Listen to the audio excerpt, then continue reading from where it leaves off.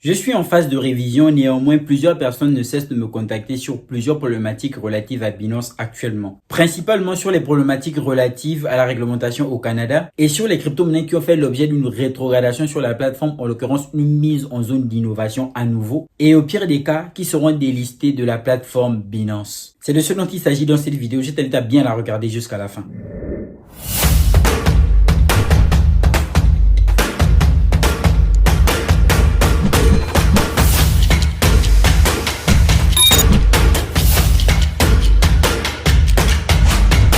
Si le bear market est une période difficile à vivre, fort est de constater que chez Binance, c'est encore plus glacial qu'on ne le penserait, vu que plusieurs problématiques sont éventuellement mises sur le tapis. Premièrement, Changpeng Zhao pourra-t-il sauver Binance US en cédant ses parts? Avec le contexte difficile aux États-Unis, Binance mise sur le Royaume-Uni. Faut-il fuir Binance? Binance perd un tiers de ses bitcoins en 2024. Binance clarifie ses mesures anti-financement de terrorisme, violation de sanctions contre la Russie, une nouvelle accusation contre Binance. Plusieurs problématiques qui aujourd'hui méritent d'être élucidées. Actuellement, il y a un grand vent de régulation dans le marché crypto qui justement n'arrange pas les grandes plateformes centralisées, ce qui conduisit Binance à quitter le Canada. En effet, Binance quitte le Canada à cause d'une régulation trop restrictive des crypto-monnaies. Vendredi soir, Binance a annoncé qu'elle arrêtait ses opérations au Canada en raison des nouvelles normes en matière de régulation devenues trop restrictives. Après les États-Unis, il semble que cet autre pays américain du Nord fait fuir les acteurs de l'écosystème dans les crypto-monnaies. Il n'y a pas lieu de s'alarmer, vu que Binance n'est pas le premier exchange qui va justement quitter le Canada, vu que c'est à croire que les crypto-monnaies n'ont pas leur place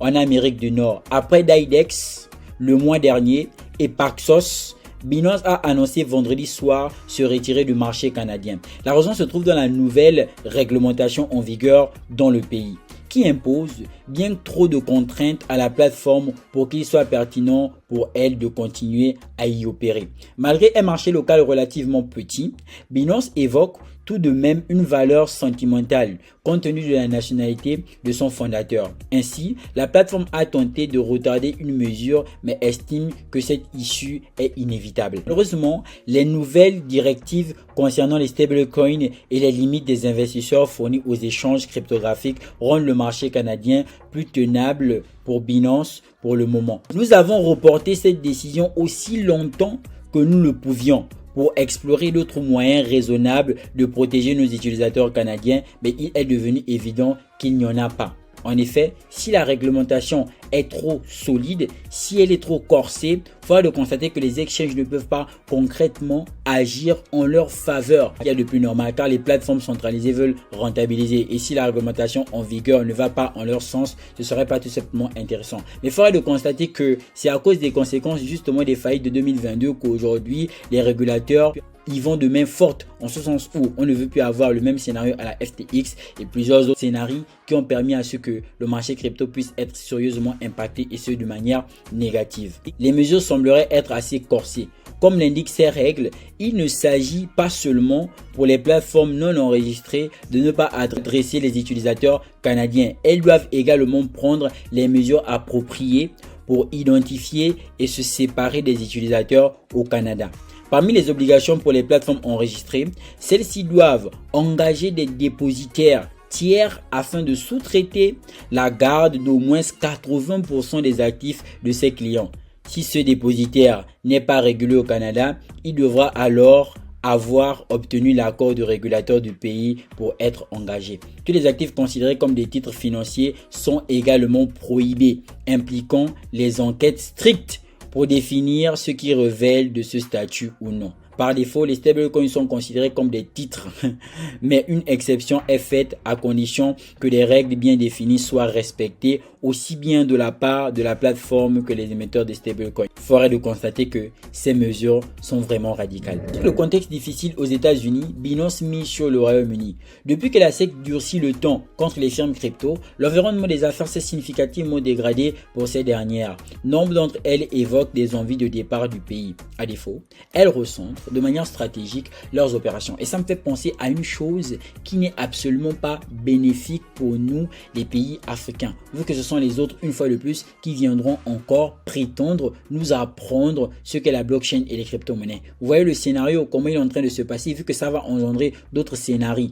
En ce que là, Binance est en train de fuir, tout comme plusieurs autres exchanges, la réglementation assez corsée aux États-Unis ou encore dans d'autres pays. Ces échangeurs vont aller dans les pays où la réglementation n'est pas rigoureuse. Quoi de mieux que les pays africains actuellement où, à défaut de ne pas savoir ce qu'est la crypto-monnaie, elle est complètement interdite par manque de connaissances. Et si ces pays-là prétendent venir ici en nous apprenant ce qu'est la crypto-monnaie, bah justement nos gouvernements comme ils sont, ils ne vont rien comprendre. Comme ça vient de l'Occident, ils vont se dire qu'éventuellement ce sont des choses que seuls eux connaissent et qu'en Afrique, il n'y a vraiment pas des personnes qui sont aptes à expliquer comment ça se passerait. Bref, ça c'est comment moi je vois les choses. Plusieurs exchanges vont justement aller vers des pays où la réglementation n'est pas rigoureuse et les pays africains sont tout simplement...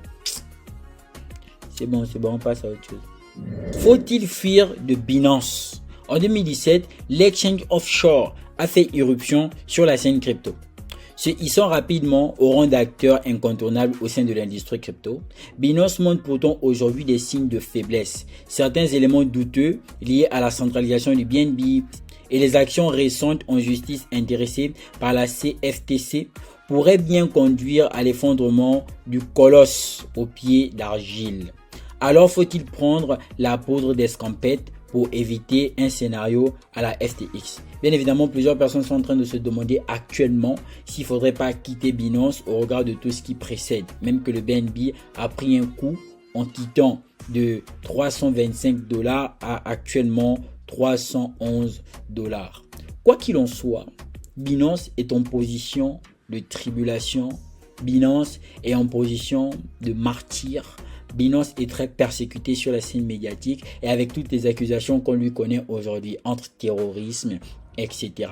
Quand on est grand, c'est toujours logique qu'on ait des grands problèmes. Un grand pouvoir implique de grandes responsabilités. Aujourd'hui, la question de fuir Binance, concrètement, qu'est-ce que ça signifie, fuir Binance? Quand on sait que plusieurs projets qui évoluent dans le marché crypto aujourd'hui sont majoritairement développés sur la BSC. Qu'est-ce que ça signifie fuir Binance? Pense-t-on vraiment que lorsqu'on retire notre crypto-monnaie de la plateforme Binance, c'est avoir fui Binance? Quand bien même plusieurs projets sur lesquels on est investi sont majoritairement sur la Binance Smart Chain. Ça signifie que si Binance tombe, tout ça, ça tombe. En réalité, la question, elle est mal posée. La question ne se pose même pas, la question n'existe pas. Mais il faudrait de constater une fois de plus que Binance ne devrait pas tomber parce que ce n'est pas à l'avantage du marché crypto.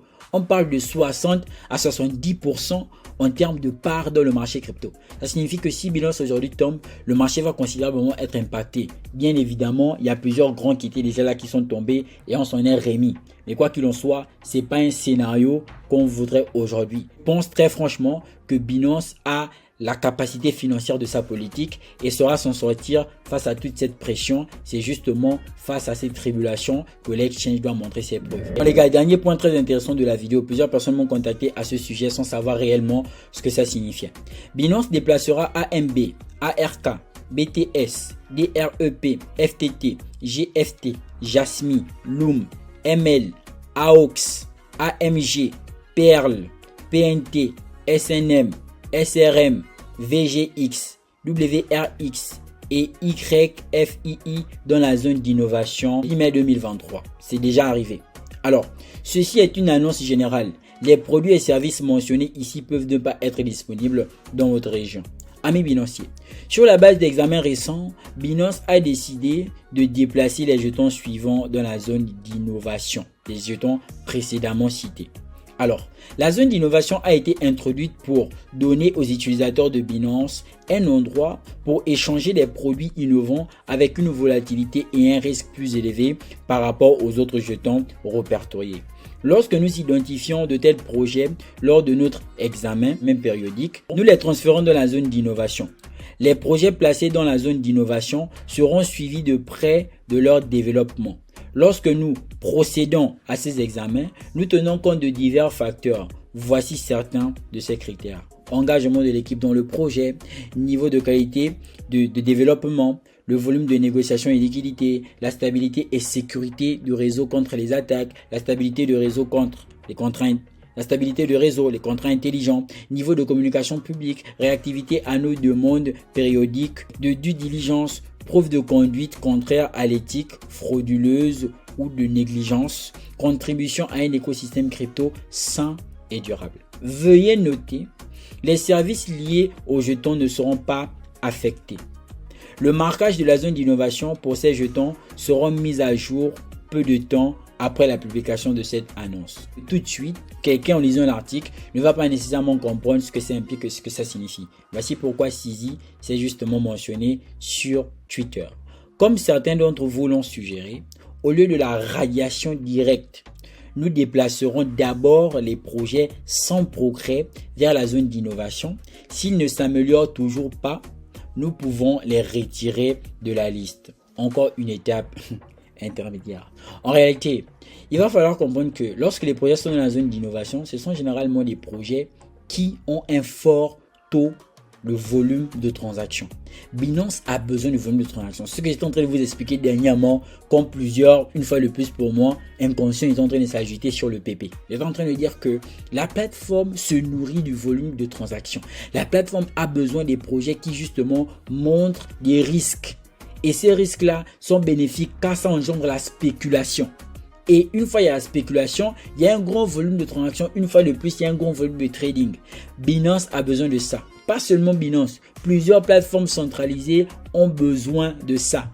Et s'il se trouve qu'il y a des projets qui se comportent maintenant comme des stablecoins, en ce que ça monte plus, ça descend plus, ils n'innovent plus trop, Binance aura tendance à inciter les équipes de ces projets-là, de se dire que, oh les gars, bougez-vous, faut que vous créez de l'engouement, etc. Pas étonnant qu'on mette des projets ultra méga intéressants dans la zone d'innovation. La zone d'innovation, en gros, c'est une zone où des projets doivent faire leurs preuves. Vous vous rendez compte qu'on met par exemple le Jasmine dans la zone d'innovation, donc au même titre que, c'est pas mon Space ID ou encore que PP ou encore Floki qui vient d'être listé. Pourquoi? C'est pour que les équipes de ces projets-là puissent une fois de plus apporter des choses qui vont engendrer de la spéculation. Et là, ce qui m'énerve avec Binance, c'est que on sort carrément des fondamentaux pour se baser sur de la spéculation. C'est purement une décision qui est spéculative à mon sens. Et comme quoi les projets n'ont pas d'évolution, Binance semble aujourd'hui oublier qu'il faudrait effectivement avoir une vision long terme. Et ce que je vous disais, je n'ai même pas trop envie d'argumenter dessus parce que il faudrait que vous le compreniez aujourd'hui. Binance fait son business en ce sens où il faut des projets qui rapportent un grand volume de transactions. Pas étonnant qu'on va booster certains projets qui, entre guillemets, ne rapporteraient plus ce volume. Nombreux sont même des projets qui ne sont pas dans cette liste, mais qui sur Binance se cassent la tête de façon continue. Le BTT, le BitTorrent, on en parle? Non. Donc, il est important aujourd'hui que vous puissiez comprendre ça. Maintenant, après, si par malheur, ces projets viennent à être délistés de Binance, ça ne signifie pas qu'ils n'ont plus d'avenir. Il y a des projets là qui ont un très bel avenir. Et une fois de plus, il va falloir que vous puissiez comprendre que Binance n'est pas l'unité internationale de mesure de viabilité d'un projet, comme je vous l'ai dit dans la vidéo avec le PP. C'est important pour vous que vous puissiez le comprendre aujourd'hui. Certes, ça pourra impacter la crypto-monnaie sur le court terme, mais sur le long terme, sa survie ne va pas dépendre de Binance, tout comme la survie d'un projet ne va pas dépendre du listing de Binance. Et il faut comprendre comment est-ce que l'exchange agit. Dernièrement, Binance a mis Shiba Inu en exergue. Plusieurs personnes me diront oui, en termes d'évolution, Shiba Inu a fait plusieurs preuves, mais je vous dirais que Shiba Inu n'a pas respecté sa feuille de route en ce que la blockchain Shibarium devrait normalement sortir en 2022, mais ça n'a pas été fait et aujourd'hui nous sommes en 2023. Or, un projet doit tenir ses engagements. Et ça commence par le respect de la feuille de route, car c'est la feuille de route qui va montrer une certaine traçabilité. Mais bon, on va pas rentrer dans ça aujourd'hui. Très franchement, c'était juste pour que vous puissiez le comprendre. Et de par l'expression de CZ, c'est dire que ces projets-là apparemment sont des projets qui n'évoluent plus. Et il faut savoir que quand on parle d'évolution sur la plateforme, c'est évolution en termes de transactions une fois de plus. Ça ne signifie pas que derrière, le projet n'est pas en train de penser à des innovations technologiques. Quelque part, ça peut avoir un coup de pouce en ce sens où, bon écoutez, on vous met en zone d'innovation. Si vous ne nous montrez pas dans les jours à venir que vous avez encore une communauté ou qu'il y a encore des transactions, on vous déliste. Donc ça peut pousser les projets à justement essayer d'apporter d'autres innovations dans ce sens de spéculation. Mais quoi qu'il en soit, c'est toujours ainsi avec les plateformes centralisées. Et je vous apprends rien, car le listing de Floki et Pepe aujourd'hui, tout simplement la preuve de ce que je suis en train de dire. Tout sur les plateformes centralisées est une histoire de spéculation. Bon, j'espère que la vidéo sera pas trop longue. On se retrouvera très bientôt dans une nouvelle prochaine vidéo. Bienvenue sur WizCrypto. Peace out.